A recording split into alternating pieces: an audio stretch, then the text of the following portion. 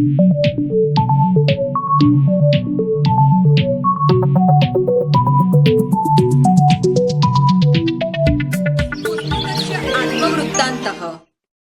પ્રસ્તાવના આધુનિક ભાષાઓમાં આત્મકથા તરીકેનું સાહિત્ય સ્વરૂપ આજે જે રૂપમાં પ્રચલિત છે તે રૂપમાં પ્રાચીન સંસ્કૃત સાહિત્યમાં પ્રચલિત ન હતું, પરંતુ આધુનિક સમયમાં જે સંસ્કૃત ભાષામાં સાહિત્ય રચાય છે તેમાં આવા આત્મકથાના સ્વરૂપનો સ્વીકાર થયો છે. અલબત્ત આવી આત્મકથાઓ બૃહદકારના ગ્રંથ તરીકે રચિત નથી, પણ નાના નાના નિબંધના સ્વરૂપમાં અનેક આત્મકથાઓ રચાયેલી છે.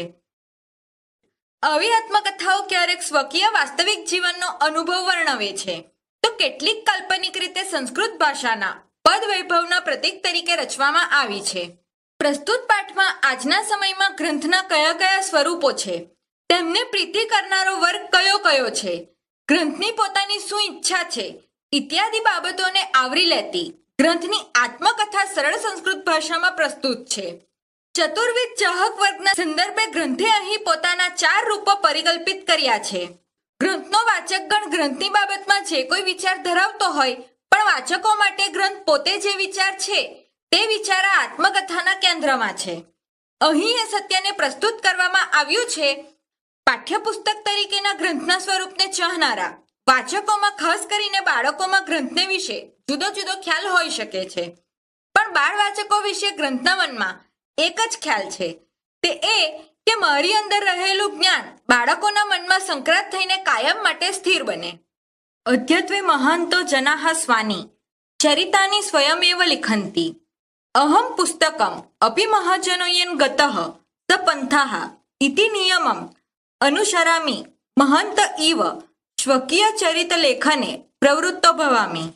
આજકાલ મોટા માણસો પોતાના જીવન ચરિત્રો જાતે જ લખે છે. હું પુસ્તક પણ સમાજના આગેવાનો જ્યાંથી ગયા તે રસ્તો, એ નિયમને અનુસરતો મહાપુરુષોની જેમ પોતાનું જીવન ચરિત લખવામાં પ્રવૃત્ત થયો છું. પૂર્વમહમ તાડપત્રાણામ સંગ્રહ રૂપઃ ગ્રંથઃ ભવામિ સ્મ. તાડપત્ર રૂપે મયી છિદ્રેમેકમ વિરચ્ય તસ્મિન સૂત્રમ પ્રવેશ્યન્તિ સ્મ. તતઃ તાડપત્ર સમૂહસ્ય ઉપરી સૂત્રમ વેષ્યન્તિ સ્મ. તસ્મિન વેષ્ટિતે સૂત્રે ગ્રંથિ બાંધતામ મમ ગ્રંથામ પ્રસિદ્ધિમ ગતમ. અદ્યત્વે અહમ વૃક્ષ શંભુલાનામ કર્ગજાનામ સંગ્રહ રૂપમ પુસ્તકમ અસ્મિ. તથાપિ મયી કર્ગજાનામ અક્ષરાણામ વિચારાણામ ચ ગ્રંથનમ ભવિતિતિ વિચાર્યા જનાઃ અદ્યતેરપી ગ્રંથઃ ઇતિ મમ નામકરણમ સ્વીકૃતવन्तઃ. એવમહમ ગ્રંથમાંત્રા પુસ્તકનામાંત્રા ચ પ્રસિદ્ધકોસ્મિ. અત્રાતહમ પુસ્તકનાગમા આત્મનઃ કથામ કથયામિ. પૂર્વે હું તાડ વૃક્ષના પાંદડાઓના સંગ્રહરૂપ ગ્રંથ બની જતો હતો.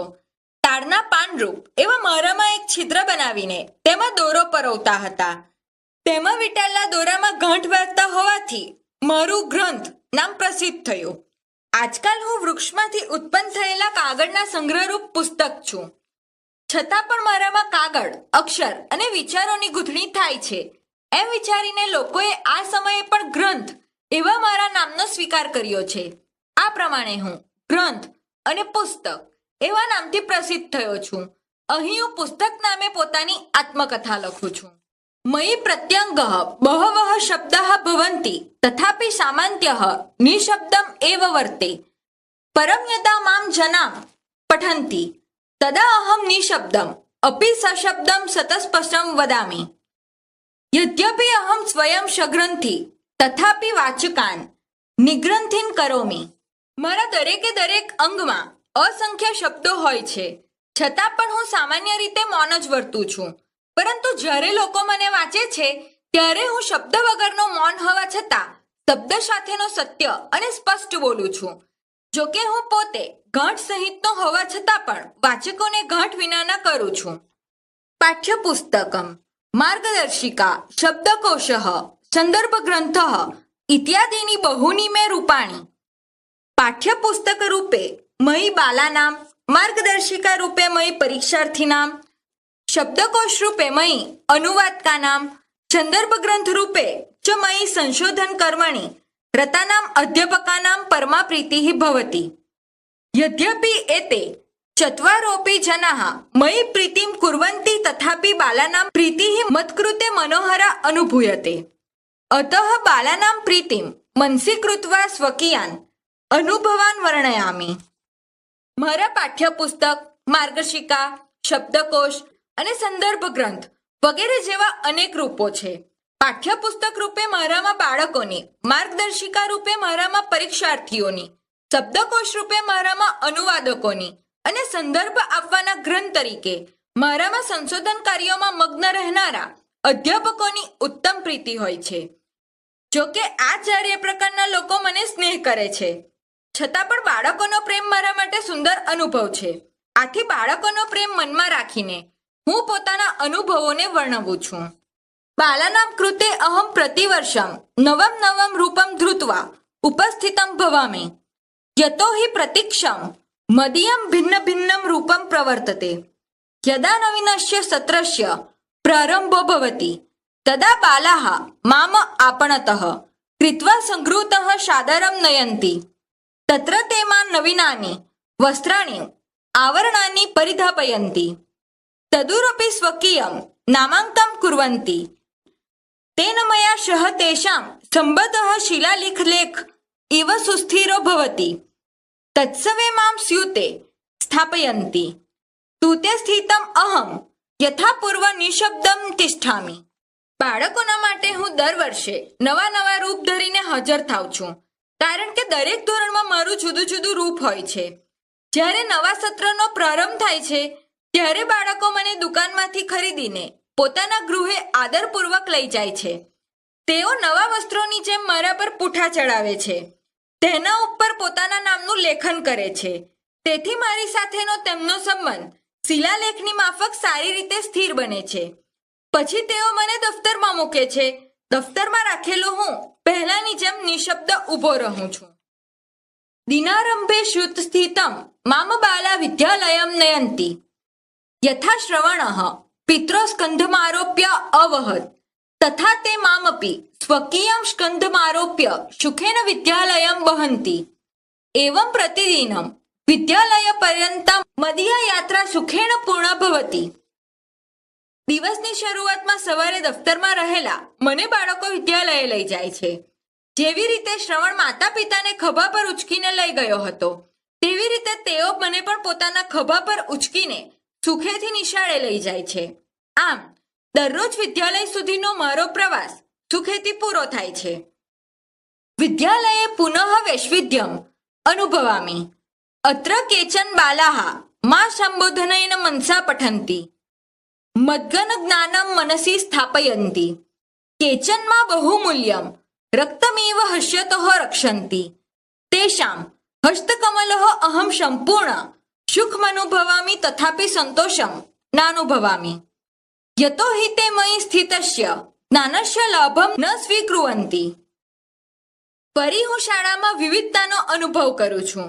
અહીં કેટલાક બાળકો મને એકાગ્ર થઈને વાંચે છે, મારામાં રહેલા જ્ઞાનને મનમાં સ્થિર કરે છે. કેટલાક મને ખૂબ કિંમતી રત્નની જેમ બે હાથ વડે રક્ષે છે. તેમના કરકમળોની વચ્ચે હું સંપૂર્ણ સુખ અનુભવું છું, પણ સંતોષ અનુભવતો નથી, કારણ કે તેઓ મારામાં રહેલા જ્ઞાનનો લાભ લેતા નથી. ગ્રંથરહિતઃ કશ્ચિત જિજ્ઞાસુઃ બાલઃ મિત્રમ મા યાચતે પરમ કૃપણઃ અશો દુર્યોધનઃ યુધિષ્ઠિરાય રાજ્યમીવ ન દદાતિ કશ્ચિત ચ દદાતિ એત કર્ણસ્ય કવચ કુંડલમિવ મહતા હર્ષેણ દદાતિ કેચનમાં પરીક્ષા સાધનમિવ કલ્પયન્તિ કેચન ચ માં કેવલમ જ્ઞાન સાધનમિવ પરિકલ્પયન્તિ કેચન સ્નેહવશાત કેચન નિયમવશાત અપરે ચ પ્રદર્શનવશાત મા સ્વેન સહ વિદ્યાલયમ આનયન્તિ કેચન છાત્રાઃ સ્નેહ નિયમ પ્રદર્શન વિરક્તા મહ્યમ સર્વથા મુક્તિમ પ્રદાય વિદ્યાલયમ આગચ્છન્તિ.